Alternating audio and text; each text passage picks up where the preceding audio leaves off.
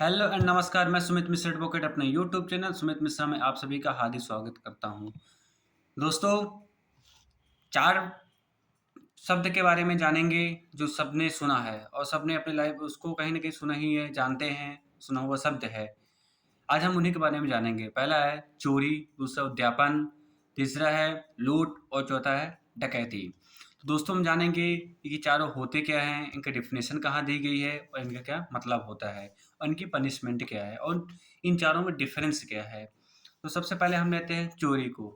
तो दोस्तों, चोरी आईपीसी के 378 में इसकी डिफिनेशन बताई गई है। डिफिनेशन में यह बताया गया है कि अगर कोई व्यक्ति किसी की प्रॉपर्टी मूवेबल होना चाहिए, यानी प्रॉपर्टी वो जंगम संपत्ति होनी चाहिए। तो कोई व्यक्ति किसी की मूवेबल प्रॉपर्टी को उसकी सम्मति के बिना, यानी उसकी इच्छा के विरुद्ध उस प्रॉपर्टी को हटाता है। हटाता कैसे है? बेईमानी पूर्वक। तो बेईमानी पूर्वक हटाता है उसको ले जाने के लिए, यानी कोई व्यक्ति किसी की संपत्ति को बेईमानी पूर्वक ले जाने के लिए उसकी सम्मत के बिना वहां से हटाता है। और जैसे ही वह प्रॉपर्टी वहां से हटाता है, नहीं, अगर वो डिसऑनेस्टी से उस प्रॉपर्टी को हटाता है, यानी बेईमानी पूर्वक उस प्रॉपर्टी को जैसे ही वहां से हटाता है ले जाने के लिए, वैसे वहां पर वो होता है चोरी किया है। तो चार चीज इसमें इंपॉर्टेंट है। प्रॉपर्टी मूवेबल होनी चाहिए। इमूवेबल प्रॉपर्टी में कभी चोरी नहीं होती। प्रॉपर्टी मूवेबल होनी चाहिए। दूसरा, प्रॉपर्टी डिसऑनेस्टी, यानी उसको बेईमानी पूर्वक को ले जाने के लिए वहां से हटाता हो। तीसरा, उसकी सहमत के बिना ले जाता हो। ये तीन चीजें हो गई जो चोरी के लिए आवश्यक हैं। जब चोरी की बात आए तो इन तीनों चीज़ों को देखना चाहिए कि क्या ये तीनों चीज़ें इसमें सम्मिलित हैं कि नहीं। अगर तीनों चीज़ सम्मिलित है तो चोरी है। अब कोई जैसे पेड़ है, वो भूबद्ध है, यानी भूमि से लगा हुआ है, उसको जड़ जुड़ी हुई है ज़मीन से, उसकी चोरी नहीं हो सकती।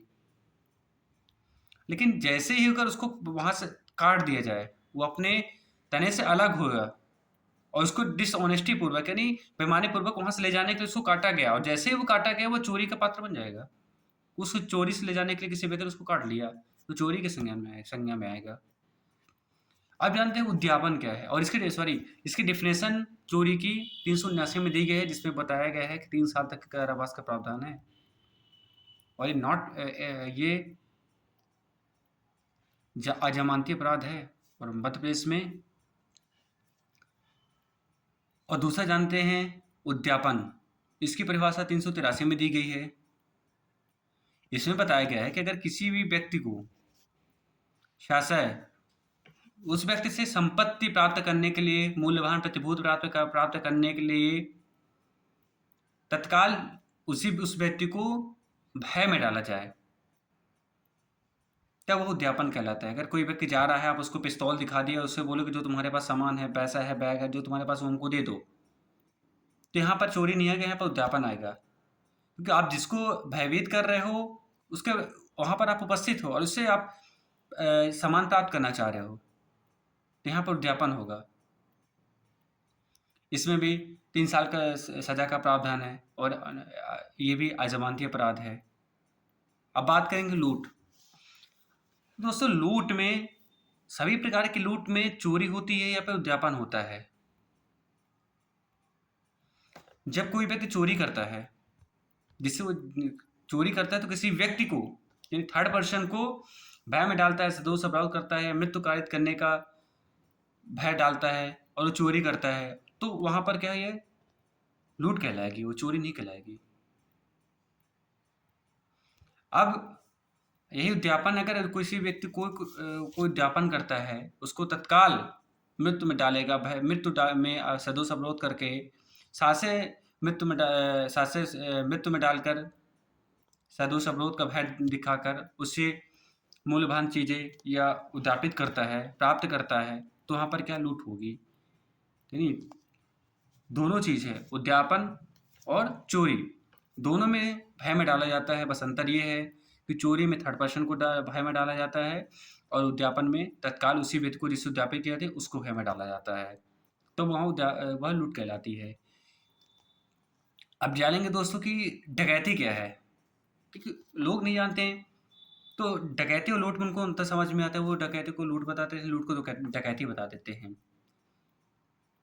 इसकी परिभाषा 391 दी गई है, दी गई है। इसमें सीधे सीधे बताया गया है कि अगर कोई व्यक्ति 5 या 5 से अधिक व्यक्ति हैं, इसमें पहली शर्त क्या है, 5 या 5 से अधिक व्यक्ति होना, लूट करते हैं,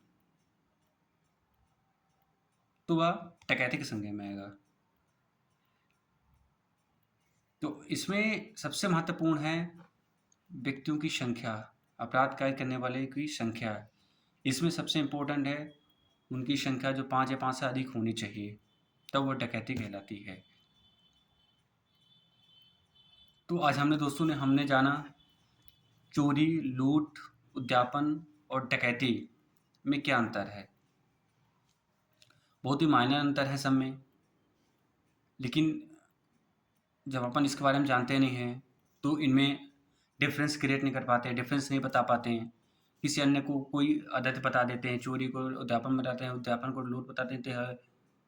हालांकि उद्यापन ही लूट है, लेकिन अंतर नहीं समझ पाता। डकैती को आमतौर पर हम लोग लूट बता देते हैं कि 5 व्यक्ति घुसे, जैसे कोई किसी बैंक में कोई 5 व्यक्ति गए, वहाँ से चले आए, तो अगले दिन पेपर में हमें मिलता है कि 5 व्यक्तियों ने घुसकर वहाँ बैंक में लूटकाट की। तो लूट नहीं है, वो डकैती है। ये अंतर होते हैं। तो आज हमने इस सेशन को कंप्लीट किया। Thanks for watching. जय हिंद।